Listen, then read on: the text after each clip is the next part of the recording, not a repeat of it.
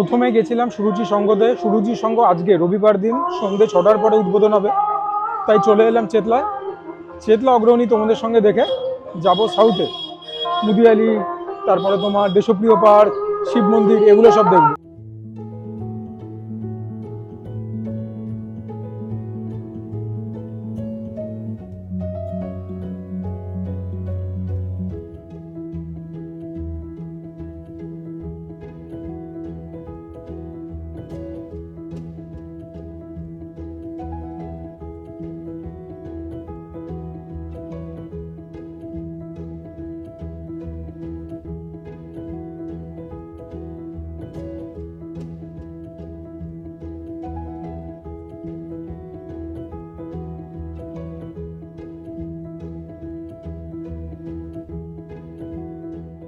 খুব সুন্দর করেছে চেতলা অগ্রণী। যেটুকুন বুঝলাম থিমটা হচ্ছে যে আমরা মা গঙ্গাকে যে পলিউট করে দিচ্ছি সেটা যেন না হয়।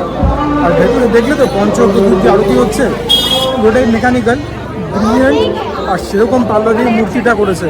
মানে আমি আগের দিন শ্রীভূমি দেখে এলাম, শ্রীভূমির বাইরেটা যতটা ভালো, ভেতরের মায়ের যে বিগ্রহ সেটা স্বাভাবিক, অতটাও ঠিক আছে।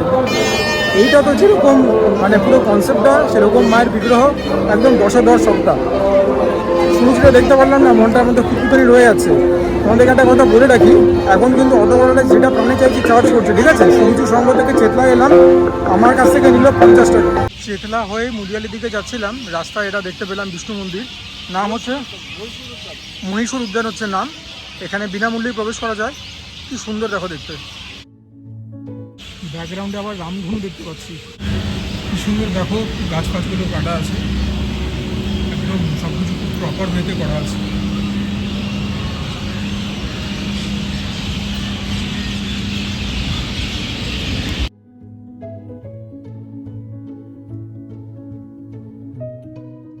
Once again back on track. চলো মুদিয়ালি গিয়েই দেখা হবে। ফাইনালি আমরা এখন এন্ট্রি করতে চলেছি মুদিয়ালি ক্লাবের দিকে। মুদিয়ালি আর শিব মন্দির এই দুটো একদম পাশাপাশি জায়গায়, এই দুটো একসঙ্গে দেখা হয়ে যাবে। চেতলা অগ্রণী থেকে মুদিয়ালি ক্লাব অনেকখানি হাঁটা, তার মধ্যে আমি আবার রাস্তা গুলিয়েছিলাম।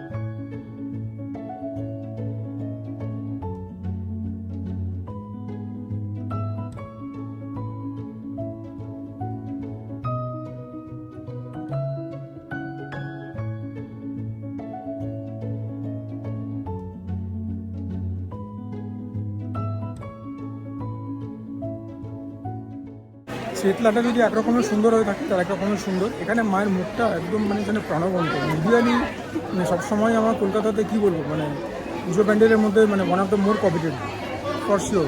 আর ভেতরে দেখেছি কী সুন্দর করেছে, ব্যাপারটা কী করেছে আমি ঠিক বুঝতে পারলাম না। তবে গৌতম বুদ্ধ মূর্তি নিয়ে, স্ট্যাচু নিয়ে, মুখ নিয়ে কিছু করেছে। Everything was rotating, brilliant. Mudiali always. এবার আমরা এন্ট্রি করবো শিব মন্দিরে।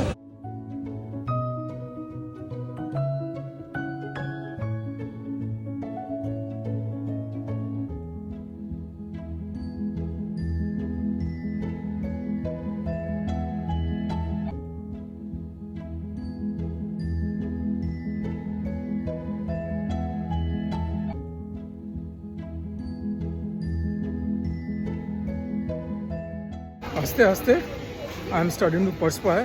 এনিওয়েজ থিমটা ছিল হচ্ছে মানে অসম্পূর্ণ। তোমরা দেখতে পেয়েছো হয়তো, কোনোটাই সম্পূর্ণ হয়নি।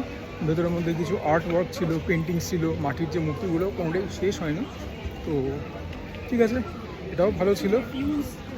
এই পুজোগুলো তো ভালোই হয় সাউথ কলকাতার, এই জন্য সাউথ কলকাতায় এত ভিড় হয়। মেট্রোতে এই টাইমটায় দেখবে না, কালীঘাটের জন্য বাপ রে বাপ।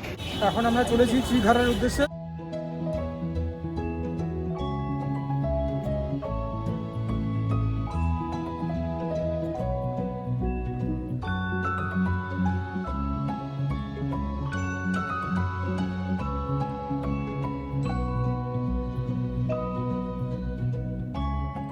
এটাও বেশ ভালো করেছে, তবে আমার জন্য কিন্তু ওই তিনটে একটু এগিয়ে থাকবে। চলো এবারে কোথায় যাই দেখি, আমাদেরকে আমাদের জার্নি কোথায় নিয়ে যায়। দুখানা জায়গা থেকে খালি হাতেই ফিরতে হলো। সুরুচি, দেশপ্রিয় পার্ক এখনও ওপেন হয়নি, এখনও তো পুজোর মেন দিনগুলো পড়ে আছে। ভিড় ভাবছো কী হারে হবে। চলো, আর তো এখন তাহলে পুজোর কিছু দেখবার নেই ঠাকুরের, এবার অল্প করে পেট পুজো করবো। কোথায় খাবো, কী খাবো, সব তোমাদের সঙ্গে শেয়ার করবো। রাস্তায় যেতে যেতে বালিগঞ্জ কালচারাল চোখে পড়লো, এটাও তোমাদের সঙ্গে শেয়ার করে নিই। অন্তত 5খানা প্যান্ডেল তোমাদের সঙ্গে শেয়ার করা হবে।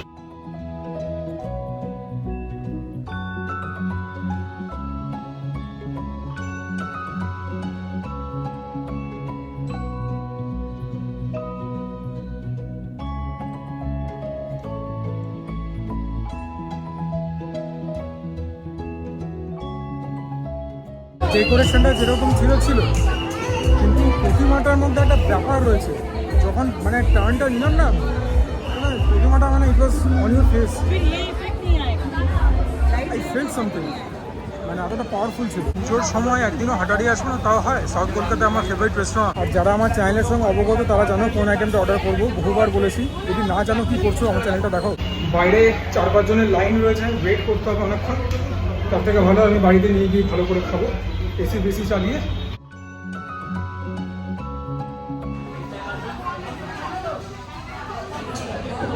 পুজোর জন্য সংক্ষিপ্ত মেনু দেখে নাও।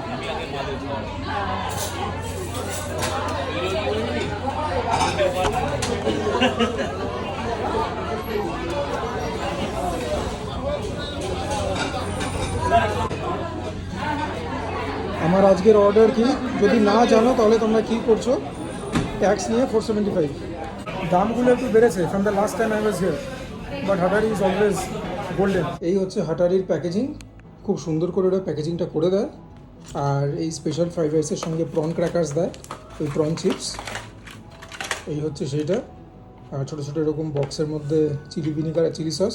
এই সমস্ত প্যাকেজিংয়ের জন্য 12 টাকা নিয়েছে, আর তখন তোমরা বিল দেখেই নিয়েছো। তোমাদের সঙ্গে একটা মনের কথা বলে রাখি, ঠাকুর তো যা দেখাবার দেখালাম, খাবারও দেখাবো। সব থেকে ইম্পর্টেন্ট কথা এটা, যতটা পারবে কালীঘাট মেট্রো স্টেশনকে অ্যাভয়েড করবে। ফিরবার সময়, মানে কালীঘাট থেকে সেন্ট্রালে ফিরবার সময় যে কী লাইনের সম্মুখীন হতে হলো বলে বোঝাতে পারবো না। তারপরে লাইন দিয়ে টিকিট কাটার পরে যখন পাঞ্চ করে ট্রেনটাকে অ্যাক্সেস করব, সেই টাইমটাতেও লাইন, এবং কয়েকজন মানুষের ব্যবহার এত খারাপ হয় যে বলে বোঝানো যাবে না। এনিওয়েজ, তোমাদেরকে আমি এটাই সাজেস্ট করবো যে একটা স্টেশন আগে বা পরে তোমরা অ্যাভেল করো, তারপর সেখান থেকে হাঁটো বা র্যাপিডো নাও, যাই করো। কালীঘাট মেট্রোর ভেতরে যে লাইনটা দুর্বিসহ, কন্টেনারটা হচ্ছে 1000 লিটারের, ইট শুড সাফাইস 2 পিপল। এই হচ্ছে হাটারির স্পেশাল ফ্রাইড রাইস। ক্যাপসিকাম গেছে, ইয়েলো, গ্রিন, রেড, এরকম মাশরুম গেছে দেখতে পাচ্ছ। এখানে কর্ন গেছে, ডিম গেছে, চিকেন গেছে, পোর্ক গেছে, প্রন গেছে। So yeah, it's a very filling fried rice, but most importantly এর থেকে ভালো ফ্রাইড রাইস আমি কলকাতায় কেন কোথাও খাইনি।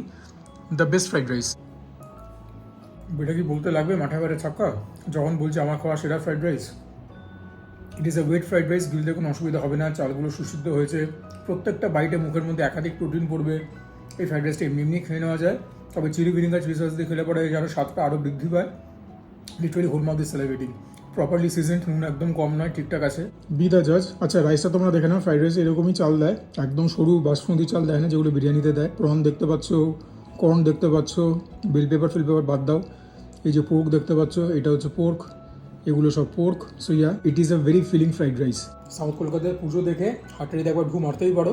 তোমরা তো বসেই খাবে, তো লাইন দেওয়ার জন্য একদম নিজেদেরকে প্রস্তুত রাখো, কারণ পুজোর বাইরে গেলেও তোমাদেরকে লাইন দিতে হতো।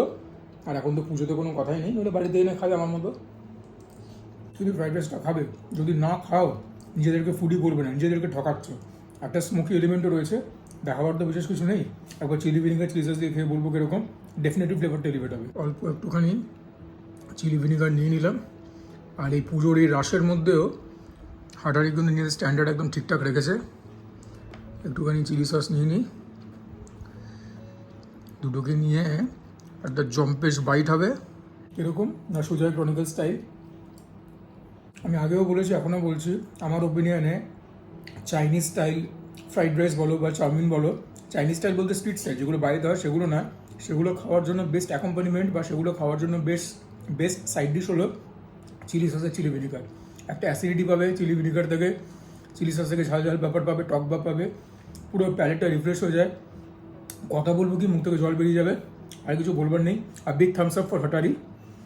তো আশা করি তোমাদের ভিডিওটা ভালো লাগলো। যদি ভালো লাগে প্লিজ ভিডিওটাকে লাইক করবে, চ্যানেলটাকে সাবস্ক্রাইব করবে। তোমাদের সাপোর্ট ছাড়া কোনোদিন কিছু হতে পারে না। প্লাস সাবস্ক্রিপশন তোমাদের জন্য ফ্রি, সুতরাং সাবস্ক্রাইব না করার কোনো কারণ নেই। যদি তোমাদের ভিডিওটা ভালো লাগে, যদি খারাপ লাগে, কিচ্ছু করবার দরকার নেই, ডিসলাইক করে বেরিয়ে যাও। Do share my content with your friends and family. যদি তোমরা ঠিকঠাক কন্টেন্ট বানাই, তোমরা কমেন্ট করবে, তোমাদের কমেন্ট থেকে যাবতীয় মোটিভেশন এবং ইন্সপিরেশন পাই। And for now this is Mishuja signing of.